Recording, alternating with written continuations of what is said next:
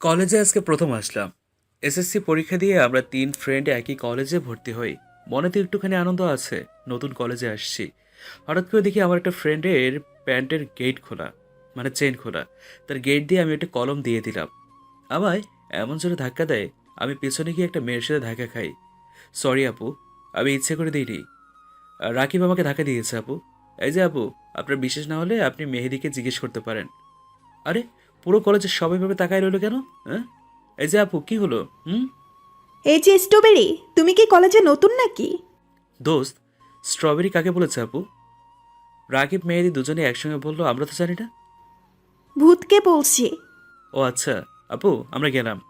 ওই, এদিকে আয়। না আপু, আমি ভূতে ভয় পাই। এ কথা বলে এক দৌড় দিয়ে ক্লাসে চলে যাই। পরে জানতে পারি আমাদের কলেজে নাকি এমন একটা ছেলেও নাই যে তার হাতের মায়ের খায় নেই, বরং তার বাবার নাকি অনেক ক্ষমতা। তার বাবা এলাকার চেয়ারম্যান, আবার আমাদের কলেজের সভাপতি। এগুলো শুনে তো আমি ভয়ের শেষ। রাকিব আর মেহেদি এসে বলতেছে, দোস্ত, মনে হয় আর আমাদের কলেজে পড়া হবে না। তোর বেটা, সব রাকিবের জন্য হয়েছে। তুই দৌড় দিলি কেন? খাইলে কয়টা থাপ্পড় খাইতিস, সেখানেই সমাধান করে আসতিস। দেখলি মেহেদি, এটা আমার বন্ধু নাকি আমার শত্রু? আমার একটা মেয়ের হাতে মাইর খাওয়াতে চায়। চল, আজকে আমরা বাসায় চলে যাই। আজকে কলেজে থাকলে একটা ঝামেলা হবে। দূর বেটা, আজকে প্রথম কলেজে আসলাম, ক্লাস না করে আজকে বাসায় চলে যাব। মেহেদি ঠিকই বলেছে, আজকে বাসায় চলে যাই। পরে তিনজনে মিলে অনেক কষ্ট করে বাসায় চলে আসলাম। কি রে, তুই বাসায় চলে আসলি কেন? আর বলো না, তোমার কথা অনেক বেশি, অনেক মনে পড়ছিল, তাই চলে আসছি। ফাজলামি করার আর জায়গা পাস না। কি করছিস কলেজে বল সত্যি করে? আরে মা, তেমন কিছু না। রাকিবে ধাক্কা দিছিল, পরে একটা মেয়ের গায়ে পড়ছিলাম। মেয়েটা আমার ডাক দেয়, আমি তার কথা না শুনে ক্লাসে চলে যাই। সমস্যা হলো মা, মেয়েটার বাবা কলেজের সভাপতি। প্রথম দিন কলেজে যেতে না যেতে এরকম করছিস? এবার বলছো ঠালা, আমি কিছু জানি না। তোমার কিছু জানতে হবে না, তুমি যাও তো, আমি একটু রেস্ট করি। রাতে ঘুম আসে না। পরে মেহেদিকে কল দিলাম। কিরে, কালকে কি করবি? বুঝতেছিস না? হুম, আমি নিজেও কিছু বুঝতেছি না, অনেক টেনশন আছে রে দোস্ত। আচ্ছা হৃদয়, স্যার কি তোকে কল দিয়েছে? না, কই দেয়নি তো। আচ্ছা রাকিব, কে কল দিয়েছে স্যার? আমি তো জানি না, তুই কল দিয়ে জিজ্ঞেস করে নে তো। আচ্ছা, আমি কল দিয়ে খবর নিতেছি। হুম, তাড়াতাড়ি দে। মেহেদি পরে রাকিবকে কল দেয়, আর আমায় কল দেয় পরে। দোস্ত, টেনশনে কিছু নেই। মানে কি বলস তুই এগুলো? টেনশন না করতে। আরে স্যার, তোকেও কল দেয় নাই, রাকিবকেও কল দেয় নাই, তার মানে মেয়েটা স্যারের কাছে বিচার দেয় নাই। হুম, সেটাও ঠিক বলছস, কিন্তু কালকে যদি মেয়েটা তার বাবাকে কলেজে নিয়ে আসে তখন কি হবে? আচ্ছা চিন্তা করিস না, এখন ঘুমা, কালকে দেখা যাবে। আচ্ছা ভাই, ঘুমা। আমার কি চোখে ঘুম আসে? পুরো রাত টেনশনে ছিলাম। সকাল হতে না হতে ঘুম থেকে উঠে ফজরের নামাজ পড়ার জন্য মসজিদে চলে গেলাম। নামাজ শেষে আল্লাহর কাছে দোয়া করলাম, আল্লাহ যাতে আজকে মেয়েটার সাথে কোনোভাবে আমার দেখা না হয়, এবং তার বাবাকে যাতে কলেজে না আনে। এরপর স্যারদের কাছে যাতে বিচার না দেয়। অনেক চিন্তা, টেনশন নিয়ে আবার বাসায় আসলাম। মা আমার দিকে তাকায়, কথাও বলে না, কারণ কলেজের প্রথম দিন ক্লাস না করে উল্টো একটা সমস্যা করে বাসায় আসলাম। মা আমার উপর রেগে আছে। মা নাস্তা রেডি করে আমায় ডাক দিল নাস্তা খাওয়ার জন্য। আজকে কি কলেজে যাইবেন না নাকি? হুম, যাবো তো মা। আপনি তো সবসময় যান, কিন্তু ক্লাসটাই শুধু করেন না। মা, ক্লাস শুরু হলো মাত্র একদিন, তার মধ্যে একটা সমস্যা হয়েছে। এই জন্য এই জন্যই তো আমি বাসায় চলে আসলাম। আজকে থেকে ঠিকমতো ক্লাস করব। আচ্ছা, নাস্তা কর আর রেডি হও, কলেজের সময় হয়ে যাচ্ছে। মোটামুটি কষ্ট করে নাস্তাটা খেয়ে নিলাম। ভিতরে ভিতরে তো আমি টেনশনে শেষ। আজকে জানি না কি হয়, আল্লাহ ভালো জানে। রাকিবকে কল দিলাম। রাকিব, কই তুই? এই তো রেডি হচ্ছি। আচ্ছা, রেডি হয়ে মেহেদিনীকে আমাদের বাসায় চলে আয়, একসাথে যাব। আচ্ছা, আমি মেহেদিকে কল দিতেছি। হুম, তাড়াতাড়ি আয়, এমনি টেনশনে আছি। আচ্ছা, আসতেছি, আর টেনশন করিস না। আরে তাড়াতাড়ি আয়, কলেজে তাড়াতাড়ি ঢুকতে হবে। তারা দুজনে প্রায় আধা ঘন্টা পরে আসে। কলেজের দিকে রওনা হলাম। অনেক টেনশন নিয়ে কলেজের গেটে এসে পৌঁছালাম। কলেজে ঢুকে চারপাশে তাকিয়ে দেখলাম কোথাও দেখা যায় কিনা। চারপাশে তিনজনে মিলে ভালো করে দেখলাম, কোনো দিকে দেখা যাচ্ছে না। ভয়ে ভয়ে ক্লাসে চলে গেলাম। প্রথম ক্লাসের টিচার আসে। আমি একটু ভয়ে ছিলাম, কারণ যদি আবার ডাক দেয়। স্যার এসে ক্লাস শুরু করলো, যা কিছু বলেনি। একবার যে ক্লাসে ঢুকছি আর ক্লাস থেকে বেরো হইনি ভয়ে। সবগুলো ক্লাস শেষ, টেনশন একটু কমলো। ক্লাস থেকে বাইরে হতে না হতে দেখি মেয়েটা দাঁড়িয়ে আছে। আমরা আস্তে করে ঘুরে পিছন দিকে হাঁটতে শুরু করি। ওই স্ট্রবেরি, এদিকে আয়। আপু আমাকে ডাক দিয়েছেন? এদিকে আয়। আমি ভয়ে ভয়ে সামনে এসে দাঁড়ালাম। আপু, কালকের ঘটনাটার জন্য আমি সরি। আপু বিশ্বাস করেন, আমি ইচ্ছে করে কিচ্ছু করিনি। রাকিবের দোষ। রাকিবেরও দোষ নাই।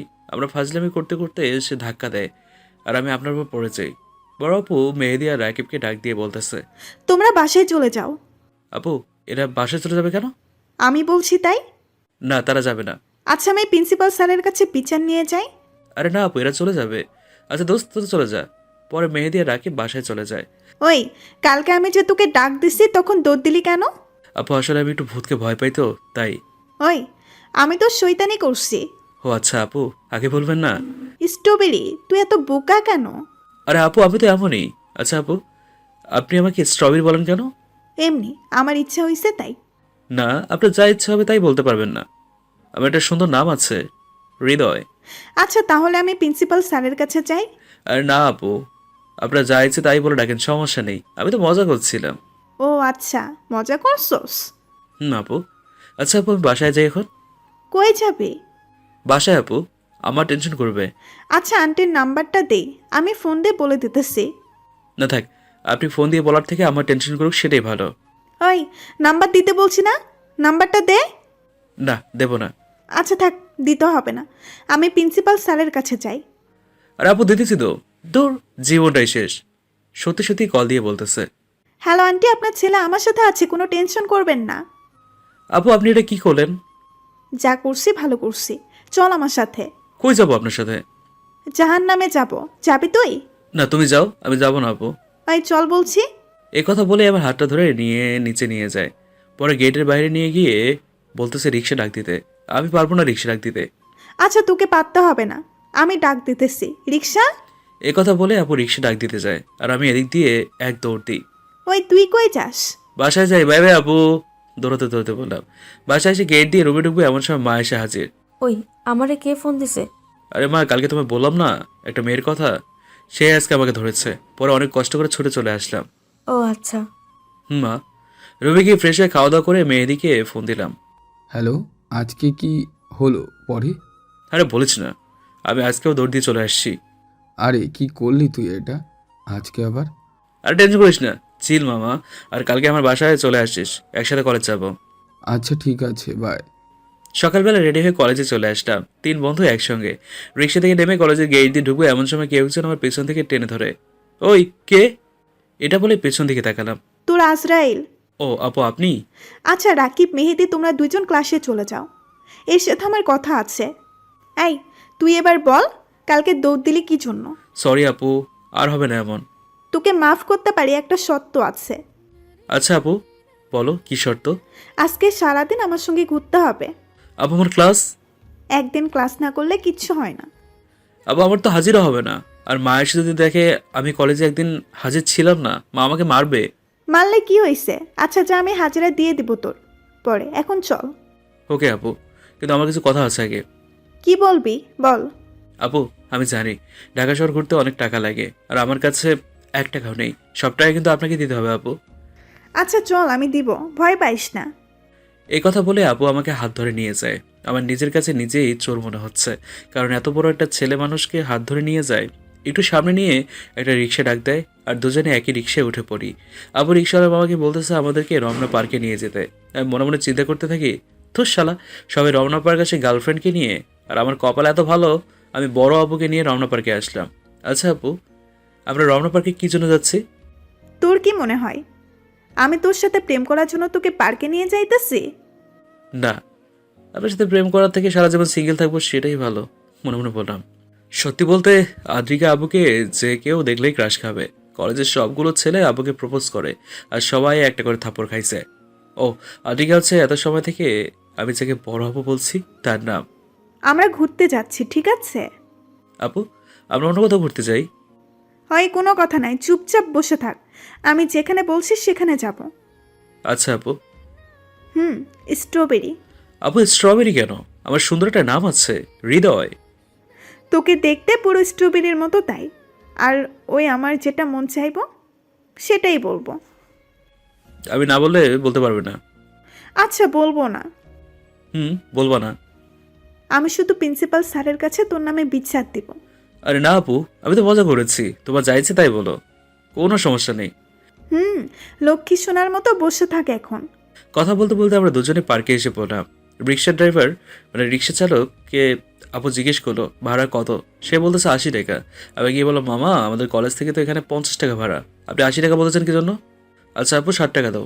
রিক্সাওয়ালা মামা বলতেছে সে নাকি আজকে সকাল থেকে কিছু খায়নি, আর আজকে আমাদেরকে প্রথম ভাড়া মারলো। পরে আপু তাকে 100 টাকা দেয় এবং বলে কিছু খেয়ে নিতে আর দোয়া করার জন্য আমাদের জন্য। ওই মিয়া, আপনি কি বলতেছেন এগুলো? আল্লাহ আপনার দোয়া কবুল করুক। এখন আপনি যান। আপু দোয়া কবুল করুক মানে? সে কি বলেছে তুমি শুনেছো? শুনছি। সে না জেনে বলে ফেলছে। এখন এখানে চিল্লাচিল্লি করে লাভ হবে? আমার হাত ধরে আপু আবার পার্কে ঢুকে পড়ে। রমনা পার্কে ঢুকতে তো আর টিকিট লাগে না, তাই সহজে ঢুকে পড়লাম। ভিতরে হাঁটতে লাগলাম আর আমাকে সব কিছু দেখাচ্ছে, মনে হয় আমি কিছু চিনি না। হঠাৎ করেই একটু দূরে ফুচকার দোকান দেখা যাচ্ছে। আপু আমার হাতে 50 টাকা নোট দিয়ে বলতেছে ফুচকা নিয়ে আসতে। কি আর করার, ফুচকা নিয়ে আসলাম। আপু এই নেন ধরেন আপনার ফুচকা। কি বললি? ফুচকা ধরতে বলেছি আপু। সেটা তো শুনছি। আর তুই আজকে থেকে আপনি না, তুমি করে বলবি। আপু আর কি কি করতে হবে বলেন তো একটু। যখন যেটা দরকার হবে আমি সেটা বলে দেব, ঠিক আছে? কিরে, মনে কষ্ট নিলে নাকি? একথা বলে আপু আমার গালে একটা কিস করে দেয়। এবার খুশি? আপু কিস দেওয়ার পরে আমার অনুভূতিটা কেমন হয়েছে সেটা বলে বোঝানো যাবে না। আপু এটা কি করলা? কই কি করলাম? এখনো তো কিছু করি নাই। আপু দৌড় ভালো লাগে না। বেশি কথা বললে আর একটা দিব। আমি সোজা হাঁটা শুরু করি। আদ্রিকা আপু আমাকে পেছন থেকে ডাকতে থাকে, কে কার কথা শুনে। আমি সোজা হাঁটতে লাগলাম। আদ্রিকা আপু পেছন থেকে দৌড়ে এসে আমায় ধরলো। কিরে, এত ভাবনিস কেন স্ট্রবেরি? আপু আমি বাসা যাব। কেন? বাসায় বউ আছে নাকি? আমি তো জানি মানুষের বাসায় বউ থাকলে মানুষ বাসায় থাকে বেশি। আপু আমাকে দেখলে তোমার কোন অ্যাঙ্গেলে মনে হয় বিবাহিত? ওই যে বাসা যাইতে চাস সব সময়। দূর আপু, তুমি কিন্তু অনেক ফাজিল। এ কথা বলে দুজনে আবার হাঁটতে লাগলাম। হাঁটতে হাঁটতে প্রায় দুপুর 2টা বেজে যায়। আমি বলতেছি আপু খিদে লাগছে তো। আমারও লাগছে। কি খাবি বল? তুমি যা খাওয়াবো আপু। না, তুই বল কি খাবি? আচ্ছা চলো আমরা বিরিয়ানি খাই। দুজনে বিরিয়ানি খেতে চলে গেলাম। খাওয়া দাওয়া শেষ করে দুজনে আবার রমনা পার্কে গিয়ে কিছু সময় ঘুরলাম। ঘোরাঘুরি শেষ করে দুজনে আবার কলেজের সামনে এসে নামলাম। আচ্ছা আপু আমি এবার বাসায় যাই। আচ্ছা তোর ফোন নাম্বারটা দে তো। কেন? না আমি তোমাকে দেবো না। আচ্ছা থাক, দিতে হবে না। আমি প্রিন্সিপাল স্যারের কাছে যাই। আরে না আপু আমি তো মজা করেছি। ও আচ্ছা, মজা শেষ হয়েছে? তাহলে নাম্বারটা দেই তোর। 018889222... এটাই আমার নাম্বার। লক্ষ্মী ছেলে, এবার সোজা বাসায় চলে যা। আমি বাসায় চলে আসলাম। মা তো জানে তার বড় ছেলে কলেজ থেকে আসছে। ফ্রেশ হয়ে মেহেদিকে কল দিলাম। হ্যালো, কিরে কি অবস্থা তোর? এ তো কিরে, আজকে ক্লাসে আসে নাই কেন? আজকে আবার কি হয়েছে? মেহেদিকে বিস্তারিত সব কিছু বললাম। মামা, তুই কটা খাইছো? আচ্ছা কালকে কলেজে যাবি? যাব। আচ্ছা আমাদের বাসা চলে আসিস, একসঙ্গে যাবো। আচ্ছা ঠিক আছে। মেহেদি কল কাটতে না করতে অপরিচিত নম্বর থেকে কল। আমার বুঝতে বাকি নেই যে এটা আদ্রিকা আপুর নম্বর। হ্যালো, কে বলছেন? তোমার বড় আপু। আমার তো বড় আপু নেই। ও আচ্ছা, প্রিন্সিপাল স্যারে। ও আপু আপনি? কি চিনে ফেলছো? আপু। গুড। আচ্ছা কি করস তুই? এই তো তোমার কথাই ভাবতেছি। কি? আরে কিছু না, আমার টিয়া পাখি আছে তাকে খাওয়াই দিব সেটা ভাবতেছি। ও আচ্ছা, তুই পাখিও পালস? আচ্ছা আপু তুমি কি করো? এই তো শুয়ে আছে। আচ্ছা আঙ্কেল আন্টি কেমন আছে? মা ভালো আছে, আর বাবা তো দেশে বাইরে থাকে। কালকে কথা হয়েছে, আমার সাথে কথা বলেছে, ভালো আছে। ও আচ্ছা, ভালো। আপনার বাড়ির সবাই কেমন আছে? আলহামদুলিল্লাহ, দুজনে ভালো আছে। ও আচ্ছা। ওই শোন, বলেন আপু। তুই কি গান গাইতে পারোস? অল্প অল্প, তত ভালো পারি না, কিন্তু কেন? আচ্ছা পরে কথা হবে, বাই। এ কথা বলে ফোনটা কেটে দেয়। পরে আমি ঘুমিয়ে পড়ি। ঘুম থেকে উঠে মাগরিবের নামাজ পড়ে এসে মায়ের সাথে বসে নাস্তা করলাম। এরপরে পড়ার টেবিলে গিয়ে বসে কিছু সময় পড়ালেখা করলাম। এরপরে রাকিব কল দেয়। আর তাকে আজকের দিনে বিস্তারিত সব কথাই বললাম। যে সে সব কথা শুনে হাসতে লাগলো। কিরে হাসুস কেন? না এমনি। আচ্ছা, মেয়েদিকে নিয়ে কালকে আমাদের বাসায় চলে আস, একসঙ্গে কলেজে যাব। আচ্ছা ঠিক আছে। খাওয়া দাওয়া করছস? না এখনো করি নাই, তুই করছস? না এখনো করিনি, এখন করবো। আচ্ছা, মা ডাকতেছে ভাই। কল কেটে দিয়ে খেতে চলে আসলাম। খাওয়া দাওয়া শেষ করে খাটে গিয়ে শুয়ে পড়লাম। আস্তে আস্তে ঘুমের শহরে তলিয়ে যাই। সকাল হতে না হতেই মা এসে ঘুম থেকে উঠিয়ে দিয়েছে। মা, কি হয়েছে? এত সকাল সকাল উঠে কেন? তোর ফোনে সে ফজরের সময় থেকে কল আসতেছে। ফোনটা হাতে নিয়ে দেখি আদ্রিকা আপু 9টায় কল দিয়েছে। আচ্ছা মা, তুমি যাও, আমি দেখতেছি। মনে মনে চিন্তা করতেছি কি জানি হলো আবার। তোর এত চিন্তা না করে ঘুমাই। ফোনটা রেখে আবার ঘুমিয়ে পড়লাম। ঘুমোতে যাবো এমন সময় কল, দেখি আদ্রিকা আপু কল দিয়েছে। কল ধরলাম। এই তোরা এত কল দিতেছি, তুই কল ধরস না কেন? সরি আপু, আমি তো ঘুমিয়েছিলাম তাই ধরতে পারিনি। আচ্ছা যাই হোক, আজকে কলেজে যাওয়ার সময় আমাদের বাসায় আসবি আগে। কি জন্য আপু? আমার বিয়ের দাওয়াত খেতে আসবি। দূর আপু, ফাজলামি করো কেন? কেন আসবো সেটা বলো। এ কথা বলে কলটা কেটে দেয়। আর আমি মনে মনে বলতেছি, সে মনে হয় আমার গার্লফ্রেন্ড, যে সে যা বলবে তাই আমাকে শুনতে হবে। আমি যাবো না, দেখি কি করতে পারে। সকালবেলা রাকিব আর মেহেদি আমাদের বাসায় আসে। আমি পরে তাদেরকে সব কিছু খুলে বলি। তোর বেটা, তোর মাথা ঠিক আছে? আদ্রিকা আবুর থেকে 2 বছরের বড়। আদ্রিকা আবুর যে রাগ তার সাথে আমার চায় না। আচ্ছা চল, কলেজে দেরি হয়ে যেতেছে। এ কথা বলে কলেজের উদ্দেশ্যে হাঁটা শুরু করলাম। কলেজে এসে সোজা ক্লাসে গিয়ে তিনজনের পাঠ্যপুস্তক টেবিলের উপর রেখে ক্লাস থেকে বাইরে হলাম। নিচে গিয়ে দেখি আমাদের সাথে সবাই বসে গল্প করতেছে। আমরা তিনজনও তাদের সাথে গিয়ে গল্প করা শুরু করলাম। কিন্তু একটু পরে তিনজন ছেলে এসে আমায় ডাকতে লাগলো। তাদেরকে দেখে আমি একটু চমকে যাই, কারণ তাদের হাতে মোটা মোটা 3টে লাঠি ছিল। ভয়ে ভয়ে তাদের কাছে গেলাম। ভাই, আমাকে ডাকছেন? হ্যাঁ, আপনাকে ডাকছি। কি জন্য ডাকছেন ভাইয়া? আমি কি কোনো ভুল করেছি? না, অদ্রিকা ম্যাডাম আপনাকে নিয়ে যেতে বলেছে। ও আচ্ছা, তাই? আমি যাব না, আপনারা চলে যান। অদ্রিকা ম্যাডাম বলেছে আপনি না যেতে চাইলে হাত পা ভেঙে নিয়ে যাইতে। না না, হাত পা ভাঙতে হবে না, আমি এমনিতেই যাব, চলেন। এই কথা বলে তাদের সাথে আদ্রিকা আপুর বাসায় এসে পড়লাম। তারা আমাকে আদ্রিকা আপুর রুমে নিয়ে আসলো। এরপর আয় তোমরা এবার যাও। না ভাইয়া, আপনারা থাকেন।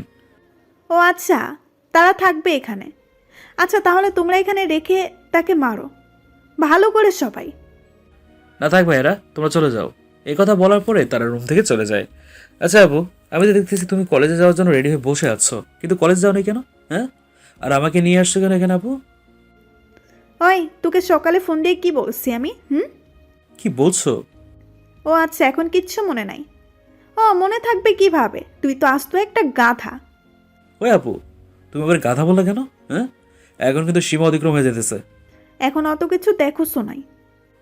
এখন বলো কেন নিয়ে আসছে? আমাকে কলেজে নিয়ে চল। আপু তুমি কি কলেজ চেনো না? চিনি তো, কিন্তু আজকে আমার তোর সাথে যেতে মন চাইছে। আপু আমি কি তোমার বিএফ যে আমি তোমাকে নিয়ে কলেজে যাব? আচ্ছা চিন্তা করে বলবো। ধুর আপু, চলো, কলেজের সময় হয়ে যাচ্ছে। এই কথা বলে দুজনে কলেজের উদ্দেশ্যে তাদের গাড়ি নিয়ে রওনা হলাম। কলেজে এসে দেখি ক্লাস শুরু হয়ে গেছে। দুজনে তাড়াতাড়ি করে দুজনে ক্লাসে চলে গেলাম। যাওয়ার সময় আপু বলছে ক্লাস শেষ করে তার সাথে দেখা করার জন্য। ক্লাসে ঢোকার সাথে সাথে মেহেদি আর রাকিবের তো প্রশ্নের শেষ নেই। পরে তাদেরকে বিস্তারিত সব কিছু বললাম। একটা ক্লাস শেষ হয় আর আবার টেনশন বাড়তে থাকে। আল্লাহই ভালো জানে আজকে জানি আবার কি হয়। আস্তে আস্তে সবগুলো ক্লাস শেষ হলো। ক্লাস থেকে বাইরে বের হয়ে দেখি আদ্রিকা আপু দাঁড়িয়ে আছে। সেই কলেজের সবাই সামনে আমার হাতটা ধরে কোজেনে নিয়ে যাচ্ছে। আমি আপুর গানের কাছে মুখ নিয়ে বললাম, আপু দেখো, সবাই আমাদের দিকে তাকায় রয়েছে, আমার হাতটা ছাড়ো প্লিজ। তাকায় রয়েছে তাতে আমার কি? হ্যাঁ, সবাই কী ভাববে আপু? কি আর ভাববে, তুই আমার বয়ফ্রেন্ড, এর থেকে বেশি কিছু এখন আর ভাববে না। দূর আপু, ফাজলামি করো কেন? আমি মনে মনে চিন্তা করতে লাগলাম যে মেয়েটার হাত কলেজে যে ছেলে প্রপোজ করেছে তার গালে উঠেছে, সেই মেয়েটা আমাকে এত যত্ন নেওয়ার কারণ কি? যাক, অবশেষে তাদের ক্লাসে এসে ঢুকলাম। ক্লাসে ঢুকতে না ঢুকতেই আদ্রিকা আপু দরজাটা বন্ধ করে দিল। আর পুরো ক্লাস তাদের সেমিস্টারের সবগুলো মেয়ে আছে। সবাই একসঙ্গে বলতে থাকে, কিউট দুলাভাই কী খবর? এটা শোনার পর আমি ভেবা চেয়ে খেয়ে গেলাম। আজ পর্যন্ত একটা প্রেম করিনি, বিয়ে তো দূরের কথা, দুলাভাই হলাম কীভাবে? হ্যাঁ, একটু পরে আদ্রিকা আপু সবাইকে চুপ করতে বলল। আর তারপরেই বলে ওঠে আমি নাকি এখন সবাইয়ের সামনে গান গাইবো। প্লিজ আপু, আমি গান গাইতে পারি না। আমার 14 গোষ্ঠীর মধ্যে কেউ গান গাইতে পারে না। কিচ্ছু করার নাই, তোকে গান গাইতে হবে। আমি পারবো না, তাও আবার এতগুলো মেয়ের সামনে। তো কি আমারে একা গান শোনাতে পারবি? হুম, তাহলে চেষ্টা করতে পারি। না, তোমাকে এদের সামনে গান করতে হবে। না আপু, আমি পারবো না। তোর কাছে দুইটা অপশন আছে, তাদের সামনে গান গাইবি, না হয় তাদের সামনে কান ধরে 100 বার উঠবোস করবি। আপু, কান ধরা থেকে গান গাইবো সেটাই ভালো। তাহলে গান শুরু কর। কিরে, তুই তো অনেক ভালো গান গাইতে পারো শৈতান। হয়েছে, আর পাম্প দিতে হবে না। তারপরে হঠাৎ করেই আপু আমার হাতটা ধরে যেটা বললো সেটার জন্য আমি মোটেও তৈরি ছিলাম না। আপু সবার সামনে আমার হাত ধরে বলতেছে, হৃদয়, তুই যেদিন কলেজে প্রথম দিন আসলি সেদিন থেকে আমি তোকে পছন্দ করি। I love you. আমি তোর সাথে সারা জীবন থাকতে চাই। আর তোর পরিবারকে আর আমার পরিবারকে বোঝানোর দায়িত্ব আমার, কারণ তোর মা আর আমার বাবা সেই ছোট্টবেলার ফ্রেন্ড। তুই হয়তো সেটা জানিস না, আর আজকে শুধু তুই রাজি হলেই চলবে। সত্যি বলতে আমি নিজেও আবুকে পছন্দ করতাম, কিন্তু ভয়ে কখনো বলা হয়নি। আর আবুকে যে কোনো ছেলেই দেখলেই প্রেমে পড়ে যাবে। কিরে, তুই কিছু বল। হুম, আমি রাজি আছি, কিন্তু আমার কিছু শর্ত আছে। এটা বলার পর তার সব বান্ধবীগুলো এত জোরে চিৎকার দিল, আমি ভয় পেয়ে গেলাম। তোর যে কোনো শর্তে আমি রাজি। তেমন কিছু না, শুধু আপনি আমার তুই বলতে পারবেন না, তুমি কিংবা আপনি বলতেই হবে। আর আদর করতে হবে, ভালোবাসতে হবে অনেক বেশি। আমি রাজি। এ কথা বলে সবাই আমাকে জড়িয়ে ধরে, সাথে গালেও একটা কিস দিয়ে দেয়। সত্যি বলতে ভালোবাসার কোনো বয়স হয় না, কোনো বয়স মানে না।